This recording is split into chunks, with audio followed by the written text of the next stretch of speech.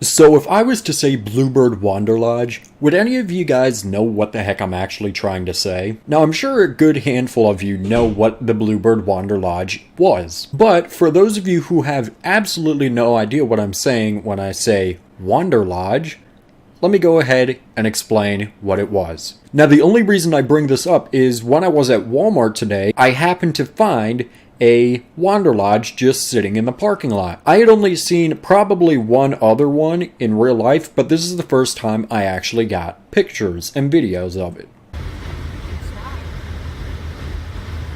Now the Bluebird Wanderlodge was kind of Bluebird's way to get into the RV market.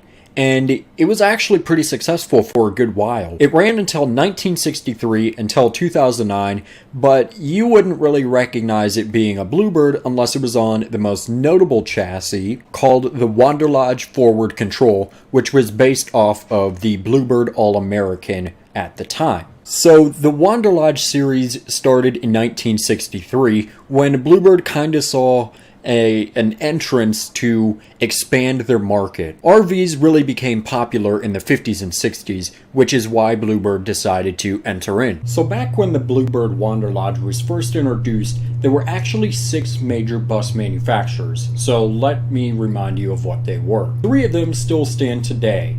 We of course have Thomas and Bluebird, Ward, which eventually turned into Amtran International and now IC.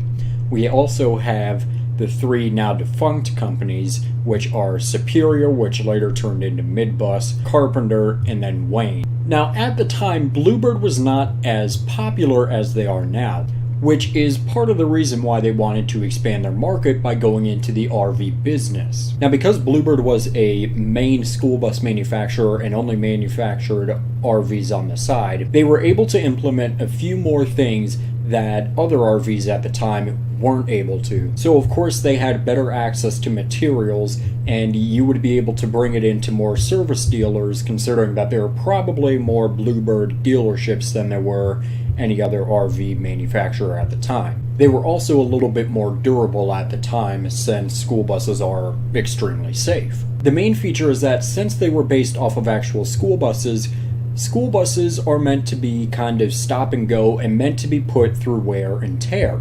Now, as I mentioned earlier, there were a couple different iterations of the Wanderlodge, and they dramatically changed over the years. Now, this is the first iteration of the Wanderlodge, called the Bluebird Inn. This was the only conventional Wanderlodge that was made. Well, not this specific one, but it was the only iteration of the Wanderlodge that was conventional. As you can see, it was based off of a Ford chassis, and it only lasted a couple years. It started in 1963 and ended in 67. This is actually the slightly older iteration of the Wanderlodge Forward Control. If you ask me, it kind of looks like a mix between a Gillig Transit, a Fishbowl, and the All-American at the time.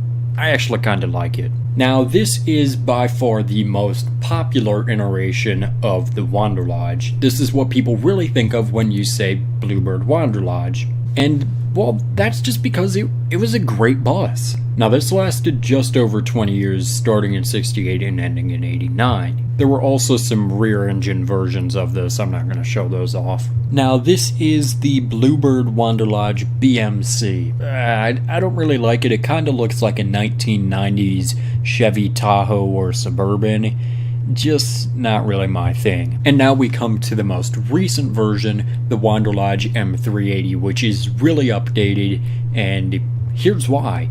Now, the reason that it looks so drastically different, and it's not just because it got modernized and updated into the 21st century, is because Bluebird actually sold the rights to the Bluebird Wanderlodge in 2007 to another company. Now, the reason being is because during the late 90s and early 2000s, Bluebird was kind of struggling financially. They sold their rights to the Wanderlodge and their transit buses, but that's a story for another day, and really wanted to focus on school buses. Now, because Bluebird decided to really focus on school buses during this time, that is one of the main reasons that they redesigned the Vision just a couple years after releasing it. If you recall, the original Vision was released in 2003, and the updated one was released in 2008, with the EC72 kind of playing a part in the middle as the test dummy. Anyways, back to the Wanderlodge. In 2007, they sold the Wanderlodge rights to a company called Complete Coach Works. As you can guess, they didn't last very long with the Wanderlodges,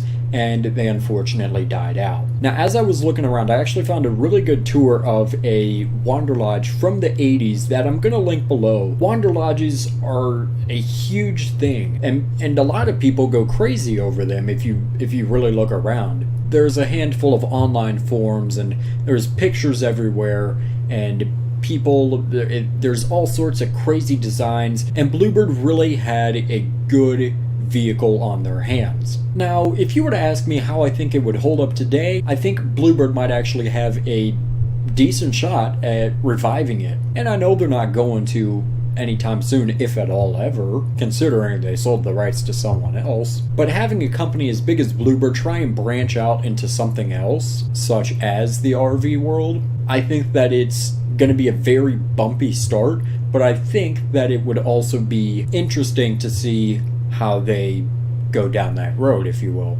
So, that is the Bluebird Wanderlodge in an overview in a video. Hopefully you learned something from it. Let me know if you did or did not. So yeah guys, that is gonna do it for this video. Thank you so much for watching. Make sure you subscribe, or right down here it's magical red button that says you are now subscribed to Safety Liner C2. Make sure you comment up here, down here, over here, or over here. I don't know where they put it, down and care where they put it. Make sure you also give this video a thumbs up, or Bluebird is gonna sell the rights to everything. Not that that's a bad thing. And make sure you also share this video with a friend. Show it to your mom, show it to your dad, show it to a guy on a random street. I don't care, don't get raped. So yeah guys, that is pretty much it, and thanks for watching.